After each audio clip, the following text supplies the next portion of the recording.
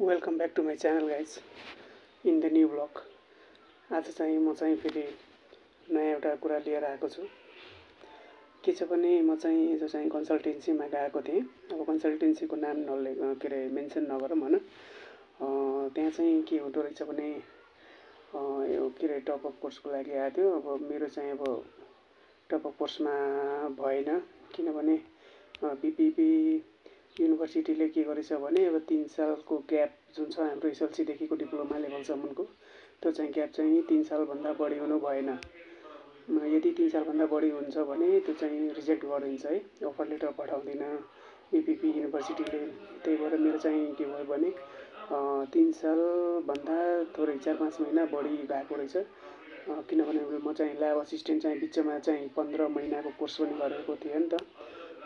त्यही भएर के भयो भने 15 महिनाको कोर्समा चाहिँ अब ठ्याक्क यदि 2 साल अब हामीले चाहिँ गर्ने भने सबै कुरा लिएर 3 महिना ओजिटी सोजिटी लिएर सबै गर्दाखेरि हाम्रो 2 साल पुग्थ्यो एक्ज्याक्टली।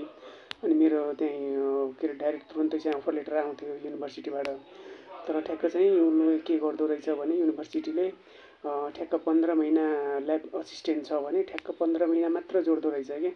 यो होइन कि ल ठिक छ के अरे हाम्रो चाहिँ रिजल्ट आएको सम्मको डेटसम्म 2 साल मेन्सन गरेर पनि भयो भने ठिकै हुन्थ्यो। तर त्यस्तो काहीँ गरेन। त्यहाँ चाहिँ खालि 15 मन्थको एसिस्टेन्ट हो भने 15 मन्थ मात्र लिइरहेछ कि त्यो। त्यही भएर मेरो चाहिँ त्यहाँबाट भएन। अब त्यसो भए अब 3 सालकोबाट 3 सालमै गर्नु पर्ला जस्तो छ। अनि सरले के भन्नुभयो भने ठिक छ हुन्छ, टेन्सन लिनु पर्दैन, भएन भने 3 सालको कोर्समै जानु नि त, 3 सालको कोर्समा हुन्छ हजुरको भनेर भन्नुभएको। म चाहिँ अब हेरौँ अब ढुक्कै छु, टेन्सन छैन। अब उहाँले चाहिँ 2-3टा चाहिँ युनिभर्सिटीहरूमा स्कटल्यान्ड अनि हाम्रो के भन्छन् बर्मिङहममा एप्लाई गर्नुभएको रहेछ। मेरो चाहिँ ल्याब टेक्निसियन हो डिप्लोमा। त्यही भएर हेल्थ सेक्टरमा जुन मिल्छ भने त्यसमै अब मेन टेकमै भन्नुभएको छ। हेरौँ अब के हुन्छ। मेन टेकमा भयो भने एकदम झन् सजिलो हुन्थ्यो मलाई। अब त्यही भएर मैले पनि सोचेको थिएँ कि 1 वर्षको के अरे टप अप कोर्समा भइहाल्थ्यो भने एकदम सजिलो हुन्थ्यो, तर भएन त्यस्तो। त्यसको लागि सरी गाइज। अनि हजुरहरू पनि यस्तो यदि तपाईँको पनि ग्याप यदि 3 सालभन्दा बढी छ भने त्यो चाहिँ एक्सेप्ट गर्दैन है साथीहरू। त्यही भएर आफ्नो चाहिँ डकुमेन्ट चाहिँ राम्रोसँग तयार गर्नुहोस् अनि बल्ल एप्लाई गर्नुहोस् सबै बुझेर होइन। अब त्यस्तो भएन भने अब 3 इयर्समै जाम्ला नि त।